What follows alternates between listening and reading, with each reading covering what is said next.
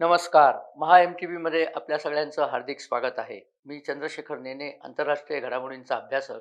माझ्याबरोबर साक्षात व्हिडिओग्राफर आहेत. बरेच दिवस मी सुद्धा व्हिडिओ केलेत. सगळ्या जगभर लोकं बघत होते, की इस्रायल इराणवरती हल्ला कधी करणार? 1 ऑक्टोबरला इराणनी इस्रायलवरती हल्ला केला. जवळ-जवळ 180 मिसाईल्स आणि कित्येक ड्रोन्स वापरून इराणनी इस्रायलवरती हल्ला केला होता.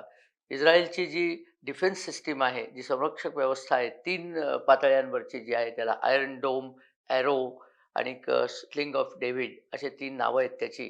त्या यंत्रणेनी आपलं काम चोख बजावलं होतं. त्यामुळे इराणच्या बॅलिस्टिक मिसाईल हल्ल्यानंतर देखील फारसा इस्रायलवरती परिणाम झाला नव्हता. मामूली कुठे 180 गेले, त्यातले एखाद किंवा दुसरा फक्त पडला असेल, बाकी हवेतच नष्ट केली होती मिसाईल्स. परंतु असा हल्ला इस्रायलवरती इराणनी केला, याचा अर्थ इराण या एका देशाने इस्रायल या एका स्वतंत्र देशावरती जाऊन हल्ला केला, जेव्हा की इस्रायलने इराणवरती हल्ला केलेला नव्हता. इराणचे जे अ, हस्तक आहेत, 3 प्रकारचे हस्तक इराणनी पाळलेले आहेत दहशतवादी. एक म्हणजे हिजबुल्ला, जे लेबनॉनमधनं ॲक्ट करतात, इस्रायलच्या उत्तरेकडनं.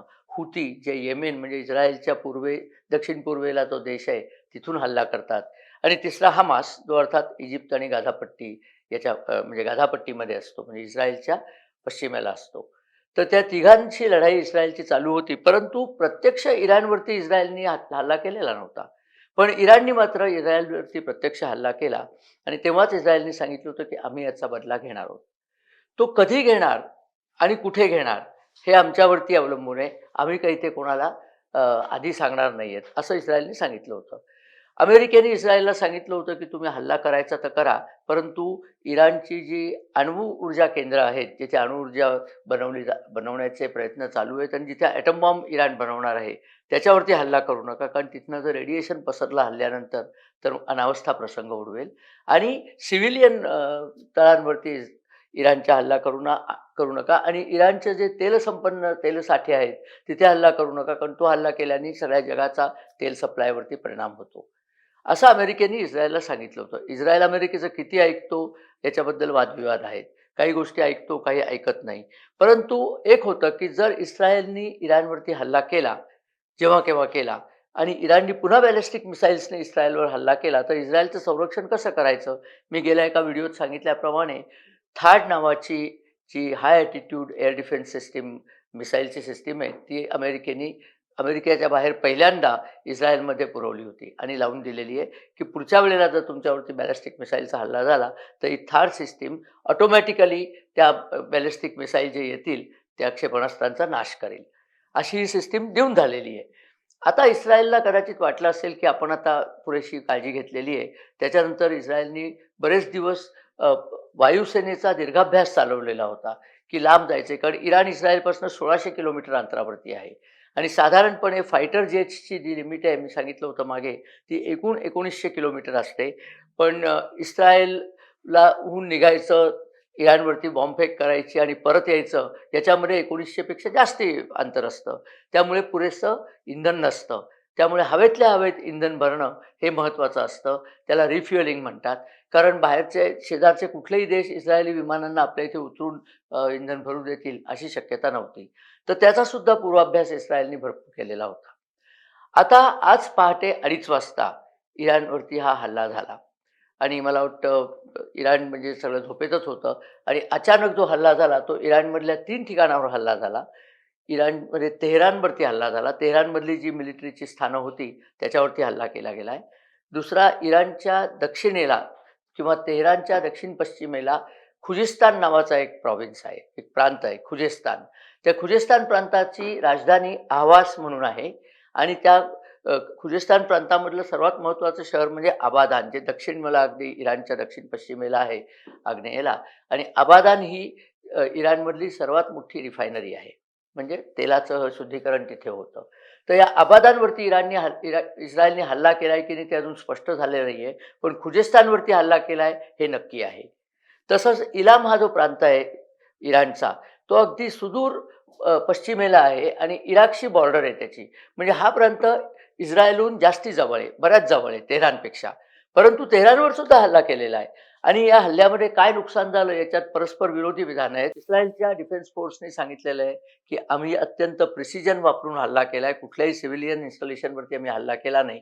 फक्त लष्करी आणि जी लष्करी महत्त्वाच्या जागा आहेत, अशाच ठिकाणी आम्ही हल्ला केलाय. आमच्या हल्ल्यामध्ये आमच्या कुठल्याही विमानाची काहीही क्षती झालेली नाही. एकूण 100 विमानांनी हल्ल्यात भाग घेतला होता. त्या 100 विमानांपैकी काही विमानं ही रिफ्युएलर म्हणून होती. म्हणजे तुम्हाला म्हटलं होतं गेल्या वेळेला मोठं विमान असतं त्याच्यामध्ये पेट्रोलची टाकीच फक्त असते आणि हे उंच उडवून हवेतल्या हवेत इराण एका वेळेला एक विमान 5 किंवा 6 फायटर जेट्सना ट्यूब पाठवून हवेतल्या हवेत इंधन पुरवू शकते. त्यामुळे रिफ्युएलरनी भाग घेतला होता आणि अर्थातच फायटर आणि बॉम्बर ही विमानं याच्यात वापरली गेली आहेत. आणि त्या विमानांनी आपलं काम अतिशय यशस्वीपणे पार पाडलं. कारण याच्यापूर्वी नेतान्याहू इस्रायलचे पंतप्रधान त्यांनी विधान केलं होतं, की इराणमध्ये अशी कुठलीही जागा नाही जिथे आम्हाला हल्ला करता येणार नाही. परंतु 1 ऑक्टोबरपासनं काल 25 ऑक्टोबर होती. 25 दिवस जवळ-जवळ इस्रायलनी इराणवरती अजिबात हल्ला केला नव्हता. त्यामुळे बऱ्याच लोकांना असं वाटलं होतं, की ही पोकळ धमकीच आहे की काय? प्रत्यक्षात इस्रायल हल्ला करणारच नाही की काय? पण इस्रायलची एकूण मनोवस्था पाहता, त्या देशाची एकूण जी टेंडन्सी आहे ती पाहता मी सांगितलं होतं, की हा हल्ला नक्की होणार आहे. कधी होणार आहे आता आपल्याला सांगता येत नाही. पण हा हल्ला पूर्ण अभ्यास केल्याशिवाय इस्रायल करणार नव्हतं. कारण अशा हल्ल्यामध्ये स्वतःचं विमान घालवणं किंवा स्वतःचे पायलट मारणं हे इस्रायलला परवडलं नसतं. आणि त्याप्रमाणे पूर्ण अभ्यासाअंती त्यांनी हा हल्ला केला. त्या हल्ल्यात म्हटलं असं 100हून जास्त विमानांनी भाग घेतला. प्रिसिजन स्ट्राईक्स केले. बरं पहाटे 2:30 वाजता केला. याचा अर्थ काय, की इराणमधले लोकं निर्धास्त झोपले होते. 20-25 दिवस झाले हो, काही हल्ला येत नाही. नुसतं घाबरून कशाला जगायचं? काही काळजी करू नका, हल्ला येणार नाही. आणि इराण जरी म्हणत असलं, की आमच्या वायू हल्ल्याच्या विरोधक जी हवाई हल्ला विरोधक प्रणाली आहे त्यांनी उत्तम काम केलं, तरी असं काही दिसत नाही कारण इस्रायलच्या एकाही विमानाला डॅमेज झालेलं नाहीये. बरं इराणनी कसं बॅलिस्टिक मिसाईल पाठवली ती आपल्या भूमीवरनं पाठवली होती. त्यात डायरेक्ट स्वतःवरती हल्ला होण्याचा धोका कमी होता. इस्रायलने मात्र ही जी 100 विमानं पाठवली त्याचे चालक, पायलट्स, त्यातले इंजिनियर्स हे सगळे होते. उद्या एखादं जरी विमान पडलं असतं, तरी इस्रायलला त्याची नाचक्की झाली असती आणि तो इस्रायलला फार मोठा ब्लो ठरला असता. पण इराणच्या डिफेन्स सिस्टीमनी इस्रायलचं एकसुद्धा विमान पाडलं नाही. 100च्या आसपास विमानं आली, सगळी परत गेली, हल्ला दणकून केला आणि जाऊन इस्रायलनी पुन्हा सांगितलं, की आम्ही या हल्ल्याची जी योजना केली होती तो पहिला भाग पूर्ण झालेला आहे. असं ते म्हणले नाहीत, की यापुढे आम्ही हल्ला करणार नाही. इराणनी लगेच धमक्या द्यायला सुरुवात केली, की अशी तुम्ही हल्ला करताय, याद राखा आम्ही बघून घेऊ. तो आधी हल्ला इराणने केला होता, त्याचा हा बदला इस्रायलने घेतला आणि इस्रायलने आता धमकी दिली आहे, की तुम्ही जर पुन्हा बदला घेण्याचा विचार केला तर लक्षात ठेवा याच्यापेक्षा खूप जास्ती तुम्हाला आम्ही शिक्षा करू. आणि अशा प्रकारे इराण देशाची सगळ्या जगभर आणि मुख्य म्हणजे मुस्लिम देशांमध्ये नाचक्की झालेली आहे, की तुम्हाला काही करताच आलं नाही. तुमच्यावरती एवढी विमानं येऊन तुमच्या 3 महत्त्वाच्या शहरांवरती बॉम्बिंग करून गेली. तुम्हाला काही करता आलं नाही. इराणने सांगितलं आमचे फक्त 2 सैनिक मेले, बाकी काही नुकसान झालं नाही. तुमच्या लक्षात येतंय का? बालाकोटचा हल्ला झाल्यानंतर पाकिस्तानने काय सांगितलं होतं? फक्त काही झाडं आणि काही कावळे मेले. अर्थात पाकिस्तानला त्यांच्याकडे जे दहशतवादी आहेत तेही कावळेच वाटतात. त्यामुळे तिथे जे 300 दहशतवादी मेले त्याच्याबद्दल पाकिस्तानने कदाचित कावळे हा वाक्प्रचार वापरला असावा. पण अशी पद्धतच असते. इथे मला एक दुसरी गोष्ट सांगायची आहे, की इस्रायलच्या हल्ल्याचा निषेध नाही म्हणता येत, पण त्या हल्ल्यावर टीकेचा सूर इस्रायलच्या विरोधी पक्षाचे याईर लॅपिड हे जे जे काही काळ इस्रायलचे प्रधानमंत्री पण होते याच्या अगोदर थोड्या दिवस अगोदर. तर त्यांनी अशी टीका केली, की हा हल्ला पुरेसा घातक झालेला नाहीये. इराणला याहून मोठा दणका द्यायला पाहिजे. म्हणजे इस्रायलचा विरोधी पक्ष या हल्ल्याबद्दल काय सांगतो, की या हल्ल्यामधनं जे एवढं नुकसान केलं त्यापेक्षा जास्त नुकसान इराणचं व्हायला पाहिजे. आणि हे सांगता-सांगता त्यांनी हे पण सांगितलं, की इस्रायली एअरफोर्स, इस्रायलचं वायुदळ आहे आणि आणि डिफेन्स फोर्सेस म्हणजे सैन्य दलं यांनी अतिशय उत्तम कामगिरी केली आणि त्याबद्दल आम्ही त्यांचं अभिनंदन करतो. पुन्हा कम टू इंडिया. बालाकोटचा जेव्हा हल्ला झाला, त्याच्यानंतर आपले विद्वान विरोधी नेते केजरीवालसारखे फडतूस माणसांनी काय म्हटलं होतं, "काहीच झालं नाही. आम्हाला सिद्ध करून दाखवा तुम्ही खरा हल्ला केला की नाही." असले दळभद्री नेते ज्या देशात असतात, विरोधी पक्षामध्ये, त्या देशाचं उत्थान होणं जरा कठीण असतं. इस्रायलमध्ये याईर लापिड हे विरोधी पक्ष नेते आहेत, परंतु त्यांनी काय सांगितलं, की "हा तर काहीच नाही, अजून ठोका." शत्रूला ठोका याच्यामध्ये दोन्ही पक्षांचं इस्रायलमध्ये एकमत आहे. भारतामध्ये शत्रूला गोंजारा, शत्रूची पाठराखण करा, अमन की आशा करून मेणबत्त्या लावा, असली हुदरट विधानं करणारे विरोधी पक्ष या देशात आहे, ही दुर्दैवाची गोष्ट आहे. या देशातला विरोधी पक्ष आपला सर्वात मोठा शत्रू जो चीन आहे त्यांच्याशी जाऊन सामील होऊन आपल्या काँग्रेस पॉलिटिकल पार्टी आणि चीन कम्युनिस्ट पार्टीचा करार करून येतो आणि आजतागायत तोंड उघडत नाही की त्या करारात तुम्ही काय कबूल करून बसलाय. तुम्ही आपल्या शत्रूकडे जाऊन काय कबूल करून येता हे सुद्धा तुम्ही तुमच्या देशवासियांना सांगत नाही. असे थर्ड रेट नेते ज्या देशात असतात त्या देशाच्या भवितव्याबद्दल खरोखरच काळजी वाटते. आणि इथे पुन्हा इस्रायलचं कौतुक असं वाटतं की एवढा लहान देश आहे, त्यांच्यावरती हल्ला झाला, त्या हल्ल्यानंतर ते खचून तर गेले नाहीतच, उलटं तुम्हाला दाखवतो म्हणून सांगून गेले आणि पुन्हा एक दणकट हल्ला, 100 विमानं पाठवून हल्ला करणं, सगळी विमानं सुरक्षित परत आणणं. मागे मी तुम्हाला सांगितलं होतं की रिफ्युएलिंग जेव्हा होत असतं तेव्हा अत्यंत असुरक्षित असतं, कारण ते सगळी विमानं लढाईच्या मोडमध्ये नसतात. शिवाय जे रिफ्युएलिंग करणारं जे मोठं टँकरचं विमान असतं त्याच्यात तर इंधनाचा इतका साठा असतो की अशा वेळेला त्याच्या टँकरला एक गोळी जरी लागली तरी ते विमान आणि आजूबाजूचे जी 5 विमानं ज्यांनी त्यांना जे त्यांच्याकडनं तेल घेत आहेत ती सगळी जळून नष्ट झाली असती. परंतु बिनधास्तपणे यांनी रिफ्युएलिंग पण केलं, हल्ला पण केला. इराणचं so called air force, so called anti aircraft gun, so called रशियाची मिसाईल्स, कशाचाही उपयोग झाला नाही. हल्ला झाला, नाक कापलं गेलं आणि आता मोठ्या राणे भीमदेवी थाटात इराणचे नेते सांगायला लागले की बघून घेऊ, बघून घेऊ. पण त्यांनी काय बघून घेतलं माहिती आहे का? सर्वात पहिल्यांदा स्वतःची सुरक्षा वाढवली आणि भूमिगत झाले. हे बघून घेणारे नेते. असला हा देश आहे. कशाला ते इस्रायलच्या वाट्याला गेले मला कळत नाही. पॅलेस्टिनी लोकांचं आणि इस्रायलचं भांडण होतं, त्यांचं त्यांना निपटून द्यावं. आपण फाटक्यात पाय घालावा कशाला? आणि आता घातल्यानंतर रडता कशाला? परवा नेतान्याहूच्या घरावरती जेव्हा ड्रोनचा अटॅक झाला आणि इस्रायलने सांगितलं आता बघून घ्या, बघतोच आम्ही तुम्हाला. तेव्हा इराणनी नाही, नाही आम्ही नाही केला, हिजबुल्लाहनी परस्पर केला. हिजबुल्लाहना आम्ही सांगितलं होतं असं काही करू नका, पण तरी त्यांनी केला. अशी डिफेन्सिव्ह भाषा, पळपुटी भाषा वापरली होती. इराणला सुद्धा माहिती आहे की आपण कितीही बडबड केली तरी इस्रायलच्या मनात आलं तर इस्रायल आपल्याला कुठेही, कसाही, कितीही वेळा ठोकू शकतो. 2 बातम्या आणखीन आलेल्या होत्या. एक म्हणजे इराणच्या एका रिफायनरीला आग लागली होती. दुसरं म्हणजे इराणच्या एका अणुवीज केंद्राला सुद्धा आग लागली होती.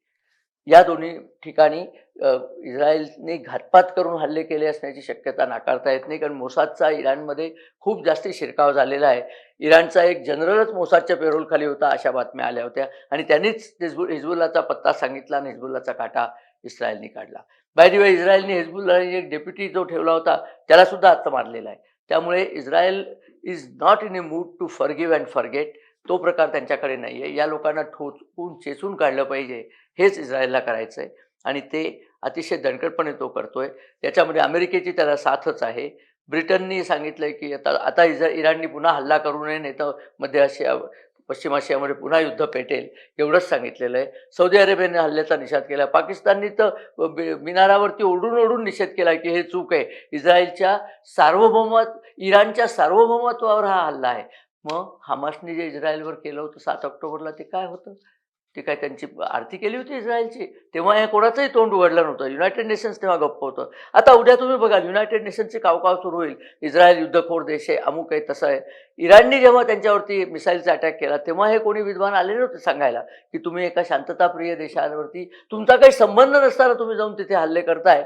आता त्याचे परिणाम तुम्ही भोगा आणि तसे ते भोगतायत. असो, यावरती आणखीन माहिती मिळेल तशी तशी मी आपल्यापुढे मांडतच जाणार आहे. आपल्याला जर हा व्हिडिओ आवडला तर आपण आम्हाला लाईक्स पाठवा. आपण हा व्हिडिओ शेअर करा मित्रपरिवाराबरोबर आणि हो, आपल्या कमेंट्स आमच्याकडे येऊ देत. आपल्या कमेंट्स आल्या की त्यांनी आमचा हुरूप आणखीन वाढतो आणि नवीन-नवीन व्हिडिओ करायला आम्हाला जास्ती बळ प्राप्त होतं. काही पूर्वीच्या व्हिडिओवरती ज्या कमेंट्स होत्या त्यावरती काही विशिष्ट कमेंट्सवरती मी प्रतिक्रिया वाचून दाखवतो. ब्रिक्स समिट वरती मी जो आत्ता याच्या आधी व्हिडिओ केला त्याच्यावरती काही कमेंट्स आलेले आहेत. वंदना उपाध्ये लिहितात, हिंदी चीनी भाईभाईचे नंतर काय झाले हे बघता आता तरी चीनवर हात राखूनच विश्वास ठेवावा. मी माझ्या व्हिडिओच्या शेवटी ही मुद्दाम सूचना केलेलीच होती की चीननी कसेही करार केले, कितीही ठिकाणी सह्या केल्या, कितीही ठिकाणी गोड गोड बोलले तरी त्यांच्यावरती विश्वास ठेवता येत नाही. चीन हा विश्वासार्ह देश नाही आहे. माझं चीनी लोकांशी बोलणं झालेलं, मी चीनी लोकांबरोबर काही व्यवहार पण केलेले होते.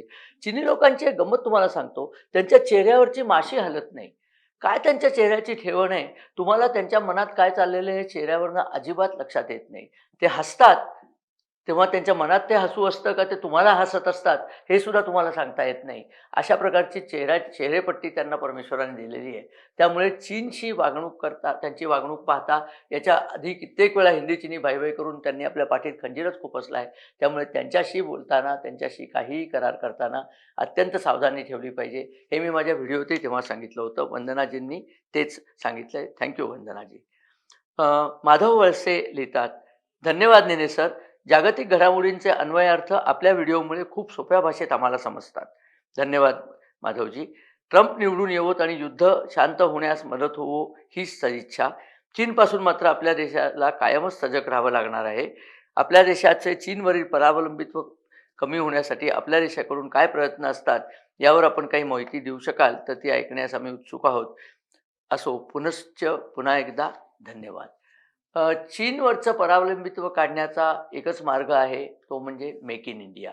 आणि तो आपलं सरकार जारीने त्याचा पाठपुरावा करते. कितीतरी गोष्टी चीनकडनं घेणं आपण बंद केले. आपण चीनकडनं फटाके घेणं बंद केलं आणि इतरही छोटी-मोठी सामानं जी त्यांच्याकडनं घेत होतो आपण, ती सगळी आपण बंद केली आहेत. आपणच ही सगळं इथेच बनवण्याचं ठरवलेलं आहे आणि चीनचे जे सप्लाय लाईन आहे, ती सप्लाय लाईन आमच्या देशात तरी येऊ नये असा आपण प्रयत्न केला आहे. तो अधिकाधिक जारीने करायला पाहिजे. जे चीनमधनं आपण घेतो त्या सगळ्या गोष्टी त्यापेक्षा चांगल्या, त्यापेक्षा स्वस्त आणि त्यापेक्षा जलद आपल्या देशात तयार झाल्या पाहिजे. याकरता आपले तरुण आणि मध्यमवयीन आणि म्हातारे या सगळ्या उद्योजकांनी आणि संशोधकांनी कंबर कसून कामाला लागावं. चीनला हरवण्याचा हाच राजमार्ग आहे की ते जे गोष्टी बनवतात त्या त्यांच्यापेक्षा चांगल्या, त्यांच्यापेक्षा स्वस्त आणि त्यांच्यापेक्षा कमी वेळामध्ये आपण जर बनवू शकलो तर आपण जगाचं संपूर्ण मार्केट कॅप्चर करू शकू आणि चीनबद्दल जगामध्ये सगळीकडे रोष आहे त्याचं आपण प्रत्यक्षात परिवर्तन करू शकू आणि हे सगळी राष्ट्र मिळून चीनमधनं जर वस्तूच घेतल्या नाही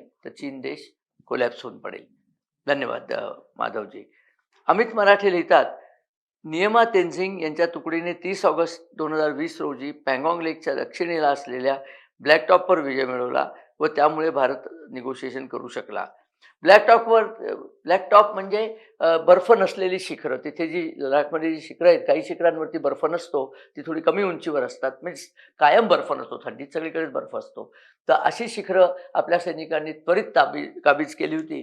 निश्चितपणे आपल्या सैनिकांनी फार अभिमानास्पद कृत्य केलं होतं. त्याचं एक कारण, आपल्या ज्या बटालियन तिथे आपण पाठवतो 18,000 फूट उंचीवरती, त्यांना प्रॉपर ॲक्लिमेटायझेशन, त्या तिथल्या कमी दाबाच्या हवेत प्राणवायू घेण्याची सवय आपल्या त्यांच्या शरीराला लावून मगच त्यांना पाठवतो. त्याच्या तुलनेत चीनी सैनिकांकडे त्या ठिकाणी वावरण्याचा फिटनेस नसतो. कारण चीनचा बहुतांशी भाग हा तर समुद्रसपाटीला लागूनच आहे. त्यांचे सैनिकही बहुतांशी तिकडनंच येतात. आपल्या बाबतीत मात्र आपली एक फेमस ब्रिगेड आहे, ती तिबेटन फोर्स आहे, इंडो तिबेटन फोर्सेसची ब्रिगेड आहे. ती तिथेच राहणाऱ्या लोकांची बनवलेली आहे. त्यामुळे ते त्या प्रकारच्या कमी हवेमध्ये अतिशय चांगलं काम करू शकतात. तर अशी ब्रिगेड आपण तिथे वापरत असल्यामुळे आम्हाला थोडी काळजी कमी आहे. आणि नियमा तेनझिंग यांच्या तुकडीला अर्थातच सलाम. 30 ऑगस्ट 2020 रोजी त्यांनी ब्लॅकटॉपवर विजय मिळाला होता, प्रश्नच नाही. प्रसाद चिटणीस लिहितात, हा विषय तुम्ही घेतलात आणि रशियाचा संदर्भ दिलात म्हणून लिहितो. एक जुनं पुस्तक आहे, मी 40 वर्षापूर्वी वाचलं होतं, रशियन राज्यक्रांतीवर. त्याचं नाव वोल्गा जेव्हा लाल होते, हे जरूर वाचा. लेखक आता आठवत नाही, पण चांगलं पुस्तक होतं. सूचनेबद्दल क्षमस्व. धन्यवाद. प्रसादजी, सूचनेबद्दल मी आपले धन्यवाद करतो. अर्थातच मी हे पुस्तक माझ्याही लहानपणी वाचलेलं आहे. हे विसवाळिंब यांनी लिहिलेलं पुस्तक आहे आणि संपूर्ण रशियन राज्यक्रांती आणि कम्युनिस्ट पक्षाची घडण वगैरे याचा अतिशय चांगला आढावा विसवाळिंब यांनी या पुस्तकात घेतलेला आहे. धन्यवाद. पण तुम्ही सजेस्ट केल्याबद्दल आपल्या सगळ्या वाचकांना विनंती आहे की हे याच्यासारखं आणखीन एक धुक्यात हरवला लाल तारा आहे, अनंत अंतरकरांचं पुस्तक आहे. ही पुस्तकं आपण जरूर वाचली पाहिजेत. प्रसाद चिटणीस पुढे लिहितात, नेने सर, ट्रम्प निवडून आले तर युद्ध थांबेल, पण ट्रम्प यांची भारतीय लोक जिथे जॉब करतात त्यांच्या व्हिसाबाबत काय भूमिका असेल सांगा, कारण त्यांचा भूतकाळातील निर्णयाबद्दल आपण जाणता. असं आहे की अमेरिकन प्रेसिडेंट म्हणजे एक पॅकेज असतं. सगळ्या गोष्टी अमेरिकन प्रेसिडेंटनी जर आपल्या कलानीच केल्या असतात तर मग मोदींनाच अमेरिकेचं प्रेसिडेंट केलं असतं. तसं होत नाही. आपल्या बाजूचा कोण आणि आपल्या विरुद्ध कोण हे काळानुसार आणि प्रसंगानुरूप ठरतं. चीनला तोंड द्यायला आणि हमासला तोंड द्यायला आपल्या बाजूचा जो आहे तो म्हणजे ट्रम्प आहे, तो तिथे असलाच पाहिजे. ट्रम्पनं अर्थातच बाहेरचे लोकं येऊन अमेरिकन लोकांचे जॉब पळवतात त्याच्या ते विरोधात आहेत. त्यामुळे त्या बाबतीत ट्रम्प हे थोडे कठोर असतील हे निश्चितच आहे. पण तरीसुद्धा ट्रम्प आणि मोदी यांची जी घट्ट मैत्री आहे त्याचा फायदा होऊन भारताबद्दल त्यांचा दृष्टिकोन तितका कठोर असणार नाही. तो कठोर कोणाबद्दल असेल तर इस्लामी देशातनं जे शरणार्थी आणि नोकऱ्या करायला जे लोकं जातात त्यांच्या विरुद्ध ट्रम्प हे अतिशय कठोर वागणूक घेतील असं आपण समजायला हरकत नाही. जयवंत मोरे लिहितात, अमेरिका ब्राझीलमध्ये इराक अफगाणिस्तानसारखी पुढे परिस्थिती निर्माण करू शकतो का? कारण जवळही आहे आणि खनिज संपत्ती आहे, शिवाय ब्रिक्समधील साखळी तोडता येईल. फार चांगला प्रश्न आहे मोरे सर. अमेरिका निश्चितच ब्राझीलमध्ये या प्रकारची परिस्थिती निर्माण करण्याकरता उत्सुक असेल आणि त्यांचे पंचमस्तंभी कारवाया करणारे CIA लोक तिथे कामाला लागलेही असतील. अमेरिकेने हा प्रकार दक्षिण अमेरिकेतल्या अनेक देशात केलेला आहे. ग्वाटेमालात केला आहे. तिथे आणखीन जे आजूबाजूला छोटे इक्वाडोर वगैरेचे देश आहेत त्या सगळ्या ठिकाणी केला आहे. मेक्सिकोत केला आहे, चिलीमध्ये केला आहे. त्यामुळे ब्राझीलमध्ये ते करणार नाही असं नाही. पण ब्राझिलियन त्याला कसं तोंड देतात ते आपण बघूया. अमेरिका सगळीकडेच हा उद्योग करतं. बांगलादेशमध्ये काय केलं आपण पाहिलेलंच आहे. पण कधीतरी त्याचा फटका अमेरिकेला सुद्धा बसतो आणि तो लवकरच बसेल अशी एक शक्यता आहे. शिरीष कुमार मुकादम लिहितात, शेवटचा प्रश्न आहे, ट्रम्पवरही विश्वास ठेवता कामा नये. ते काहीही बरळत असतात. मुळात अमेरिकेतील मोठी लॉबी ट्रम्पना जिंकू देईल का? अमेरिकेतली मोठी लॉबी म्हणजे मला वाटतं मुकादम सरांना डीप स्टेट म्हणायचं आहे अमेरिकेतलं.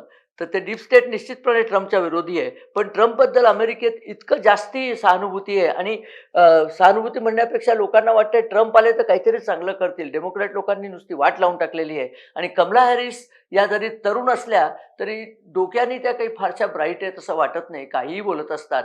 त्यामुळे आत्ताची परिस्थिती फार गमतीची आहे. आता इस्रायलने इराणवर हल्ला केला आहे. ट्रम्प तर सांगतात की मी राज्यावरती आलो तर मी इराणवरती बॉम्ब टाकून इराण नष्ट सुद्धा करीन.